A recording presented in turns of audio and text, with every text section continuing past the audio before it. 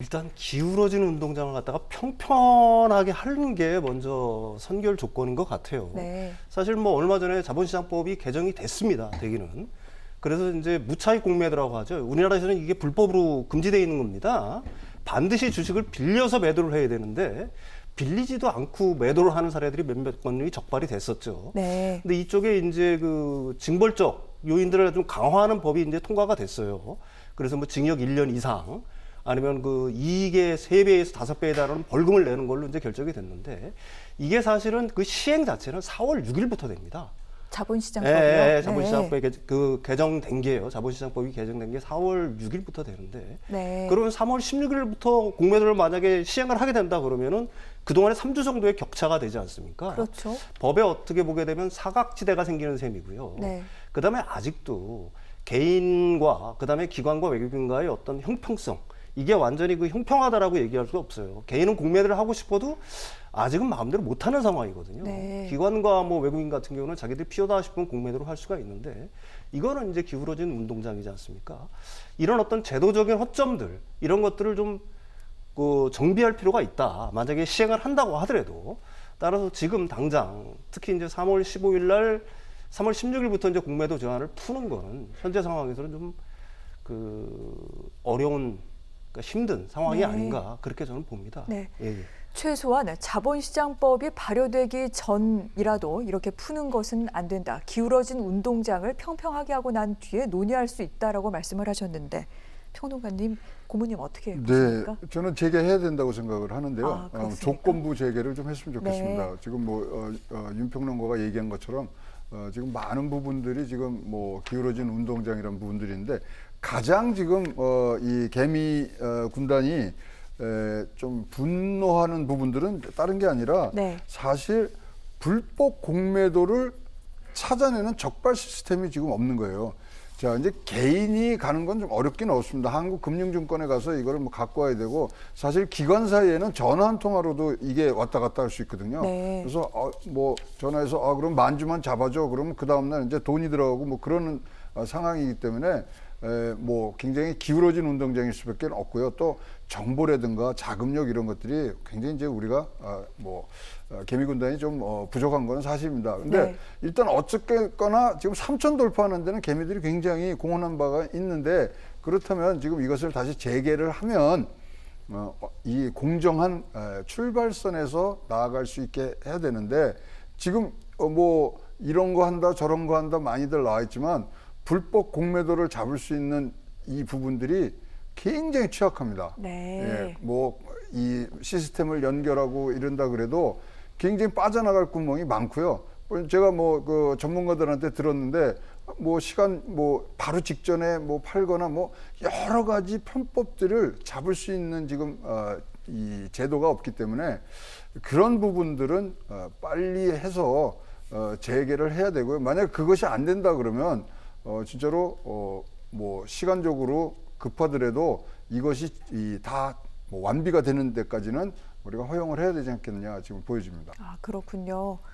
자, 이 불법 공매도를 실질적으로 잡아내는 시스템이 제대로 갖춰져 있지 않다고 합니다. 이 제도는 일단 갖춰야 된다. 이것을 갖추고 난 뒤에 공매도는 하지만 그래도 재개를 해야 된다. 이렇게 말씀을 하셨는데 그렇다면 정부의 입장은 어떠할까요? 3월 15일에 종료 예정인 공매도 조치 아직 뚜렷하게 어떻게 한다라는 얘기가 나오질 않고 있습니다. 뭐 경제에서 가장 싫어하는 것은 불확실성이다 이런 얘기가 나오는데 이 부분과 관련된 회의가 다음 달 17일, 2월 17일에 금융위원회 정례 회의가 열린다고 합니다. 그때 뭐 결정이 내려질 것이다 이런 지금 설명이 나오고 있는데 여당인 민주당 쪽에서는 공매도 금지를 연장하는 쪽으로 지금 가닥을 잡아가고 있는 것 같습니다. 뭐 여러 가지 이유 가운데 하나 아무래도 선거를 의식하지 않을 수 없을 것이다 이런 관측 나오고 있고요.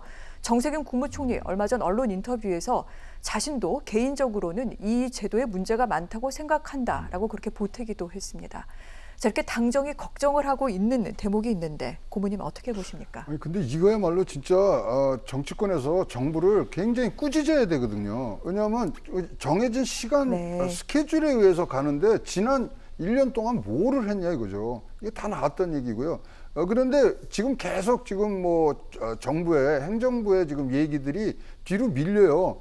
재난지원금 때 선별 뭐 이 보편적한 것뿐만 아니라 대주주 요건이라든가 이런 것들이 지금 전혀 현장하고의 뭐 커뮤니케이션이 안 된 건지 아니면 정부에서 정해놓은 그런 어떤 이 뭐 스케줄을 하나도 지금 지키지 않는 부분들에 대해서는 정부를 일단 굉장히 혼내야 되고요. 총리 차원에서는 그리고 그 혼냄을 분명히 받아들여서 이런 것들이 반영이 되게 해야 되는데 지금 이렇게 정치권에서 들어오기 시작하면 우리가 진짜로 재보궐선거하고 아무런 연관이 없는 부분들임에도 불구하고 네. 우리가 곡해되는 그런 뭐 시선을 보낼 수밖에 없는 상황이 있어서 이렇게 시장의 정치권이 개입하기 시작하면요, 이건 진짜 밑도 끝도 없는 그런 뭐 진짜 불안의 시작일 수밖에 없기 때문에 금융 당국을 조금 이 굉장히 뭐 밀어붙이는 한이 있더라도 네.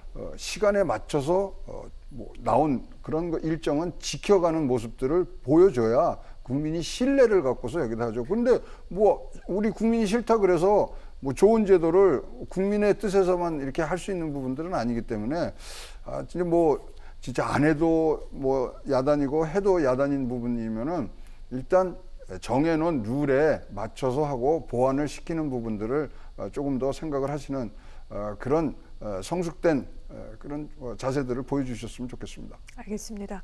말씀 듣고 보니 지난 1년 동안 우리 금융당국은 도대체 뭐 하고 있었나 이런 생각이 들기도 하네요. 이 부분에 대해서 정치권 엄중하게 좀 책임을 물어야 될 필요가 있을 것 같고요. 지금 공매도와 관련해 또 이런 얘기가 나오기도 합니다. 뭐 외국의 사례 등등을 들어서 공매도를 전격적으로 다 허용하는 것이 아니라 일부 조건을 달아서 일부 종목 등등에 대해서만 허용하는 그런 방식들을 도입을 해야 된다. 이런 얘기 나오는데 이 얘기는 어떤 뜻입니까, 평론가님? 일단 그 전에요. 제도나 법이라는 거는 사실은 네. 사회 현상이 후행을 보통 하죠. 네. 보통 이제 국민들이 원하고 하면은 그게 이제 법이나 제도로 정착되는 경우들이 상당히 많이 있습니다. 역시 공매도 문제도 역시 마찬가지라고 생각을 네. 해요. 한국의 어떤 특수한 상황들을 반영을 해야 될 것 같고요. 그거는 아까도 말씀드렸듯이 지금까지 이제 불법 공매도에 대한 어떤 처벌이라든지 감시 시스템 같은 것이 미흡한 게 사실이었었어요. 네. 그러니까 공매도에 대한 어떤 긍정적 효과가 있음에도 불구하고 사실 개인들이 느끼기에는, 일반 국민들이 느끼기에는 공매도의 폐해가 너무 이렇게 부각이 되는 측면이 있었거든요. 네. 따라서 그런 부분들에 대한 어떤 그 규제나 그리고 법적 처벌을 강화해야 될 필요가 분명히 있습니다.